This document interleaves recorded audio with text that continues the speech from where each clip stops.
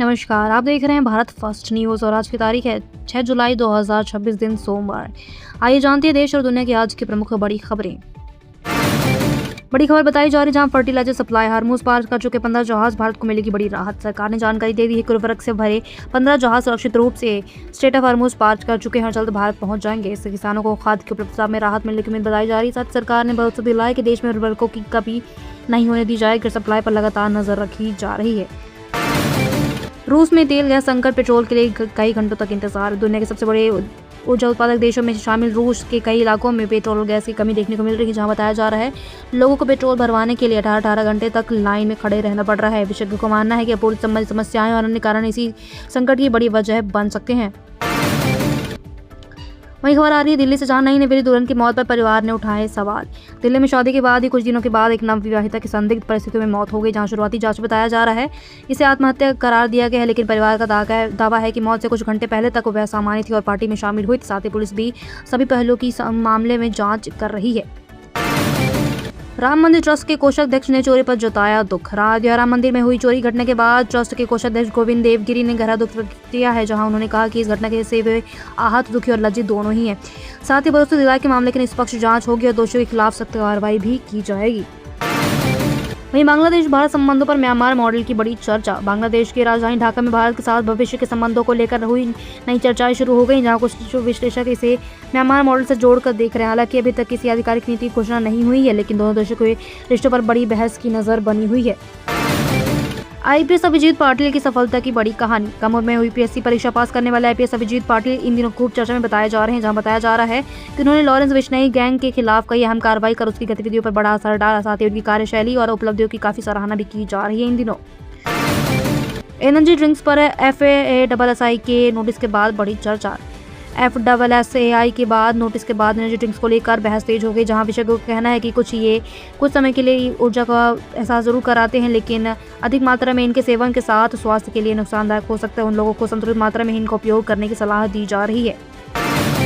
लखनऊ से नितिन नवीन ने दिया चुनावी संदेश। लखनऊ में चाय और बन मसाला के साथ आयोजित कार्यक्रम में भाजपा नेता नितिन नवीन ने उत्तर प्रदेश की राजनीति को लेकर बड़ा संदेश दे दिया है। इस दौरान आगामी चुनाव की रणनीति और संगठन को मजबूत करने पर चर्चा हुई। साथ ही कार्यक्रम को चुनावी तैयारियों की शुरुआत के रूप में देखा जा रहा है। 58 इंजीनियरिंग कॉलेज बंद, छात्रों को लगा बड़ा झटका। देश भर में 58 इंजीनियरिंग कॉलेज बंद होने की खबर सामने आ रही, जहां बताया जा रहा है सीटों पर कम दाखिले, वित्तीय समस्याओं और गुणवत्ता संबंधी चुनौतियों को इसकी प्रमुख वजह बताया जा रहा है। इससे इंजीनियरिंग की पढ़ाई करने वाले छात्रों को शिक्षा क्षेत्र में चिंता बढ़ गई है। वहीं पाकिस्तान के इंटरनेट सिस्टम पर बड़ा चर्चा। रिपोर्टों में दावा किया जा रहा है कि भारत के पास ऐसी तकनीकी क्षमताएं हैं जिनसे पाकिस्तान के इंटरनेट सिस्टम पर असर डाला जा सकता है। हालांकि इस तरह के दावों की कोई आधिकारिक पुष्टि नहीं हुई है। साथ ही विशेषज्ञ इसे साइबर सुरक्षा और रणनीतिक चर्चा के नजरिए से देख रहे हैं। जम्मू कश्मीर की किताबों में आतंकियों के महिमा मंडन की बड़ी कार्रवाई। जम्मू कश्मीर के कुछ स्कूलों में किताबों में आतंकवादियों के महिमा मंडन से जुड़ा आरोप सामने आने के बाद उपराज्यपाल मनोज सिन्हा ने एक कड़ा रुख अपनाया, जहां मामले की जांच के बाद 8 अधिकारियों को निलंबित कर दिया गया। साथ ही सरकार ने शिक्षा व्यवस्था में सुधार का भी भरोसा दिलाया है। ममता बनर्जी पर बीजेपी नेता का बड़ा आरोप। एक भाजपा नेता ने दावा किया कि ममता बनर्जी अपने नेताओं के साथ नौकर जैसा व्यवहार करती है, जिसकी वजह से टीएमसी में कई विधायक अब और सांसद असंतुष्ट बताए जा रहे। साथ ही साथ हालांकि टीएमसी की ओर से इन आरोपों पर अभी कोई आधिकारिक प्रतिक्रिया सामने नहीं आई है।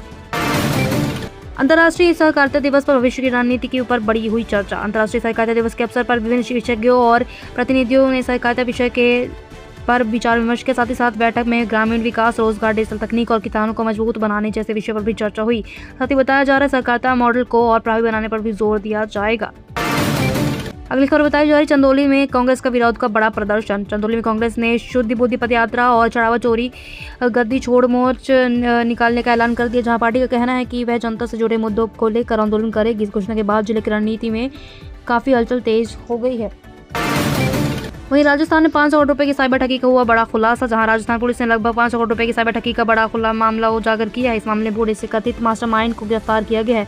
पुलिस अब पूरे नेटवर्क की जांच कर रही है और अन्य आरोपियों को भी तलाश लगातार जारी बताई जा रही है। पाकिस्तानी मंत्री के बयान पर भारत की बड़ी प्रतिक्रिया। पाकिस्तान के एक मंत्री द्वारा प्रधानमंत्री नरेंद्र मोदी पर की गई टिप्पणी के बाद भारत ने कड़ी प्रतिक्रिया दे दी है, जहां भारत के बयान को गैर जिम्मेदाराना बताते हुए इसकी आलोचना और पाकिस्तान से जिम्मेदार व्यवहार की अपेक्षा भी जताई। साथ ही साथ मौसम अलर्ट। आज 13 राज्यों में भारी बारिश की चेतावनी दी गई है, जहां मौसम विभाग ने उत्तर प्रदेश समेत दिल्ली समेत 13 राज्यों में भारी बारिश, तेज आंधी और तेज हवाओं का अलर्ट जारी कर दिया है। कई इलाकों में 80 किलोमीटर प्रति घंटे की रफ्तार से हवा चलने की संभावना जताई गई है। साथ ही लोगों को सतर्क रहने की भी सलाह दी गई है। पंजाब कांग्रेस की कलह खत्म करने की कोशिश। पंजाब कांग्रेस में चल रही अंदरूनी खींचतान को खत्म करने के लिए पार्टी हाईकमान सक्रिय हो गया था। बताया जा रहा है कि चरणजीत सिंह चन्नी के समर्थकों से बातचीत कर संगठन को एकजुट रखने की अपील की गई। साथ ही वहीं आने वाले समय में इसकी स्थिति भी साफ हो सकती है। वहीं अगली खबर E20 पेट्रोल पर ऑटो उद्योग में बड़ी बहस। E20 पेट्रोल को लेकर आयोजित प्रेस कॉन्फ्रेंस में एक ऑटो कंपनी के वरिष्ठ अधिकारी के बयानों के विरोधाभास को देखने को मिला, जहां इससे E20 ईंधन को लेकर नई बहस शुरू हो गई। सरकार और उद्योग जगत इस विषय पर आगे की भी चर्चा जारी रखने की बात कही गई है। हरियाणा के रेवाड़ी में जोरदार धमाका। हरियाणा के रेवाड़ी में एक मकान में हुए तेज धमाके से इलाके में अफरा तफरी मच गई, जहां विस्फोट में घर को भारी नुकसान पहुंचा और 5 लोग गंभीर रूप से घायल हो गए। साथ ही बताया जा रहा है कि पुलिस और फॉरेंसिक टीम घटना के कारणों की जांच में जुटी हुई लगातार। ट्रस्ट में बदलाव को लेकर बढ़ी चर्चा। ट्रस्ट में राय, राव और मिश्रा के हटाने पर उनके पद पर बने रहने को लेकर चर्चाएं तेज हो गई। हालांकि अभी तक कोई आधिकारिक घोषणा नहीं की गई है। सभी की नजर ट्रस्ट की अगली बैठक और संभावित फैसले पर टिकी हुई है लगातार। हरियाणा में 17 जुलाई को दौड़ेगी पहली हाइड्रोजन ट्रेन। हरियाणा के जींद से 17 जुलाई को पहली हाइड्रोजन ट्रेन शुरू होने जा रही, जहां इस ट्रेन को प्रधानमंत्री नरेंद्र मोदी जनता को समर्पित करेंगे। इसे पर्यावरण के अनुकूल और आधुनिक परिवहन की दिशा में एक बड़ा कदम माना जा रहा है।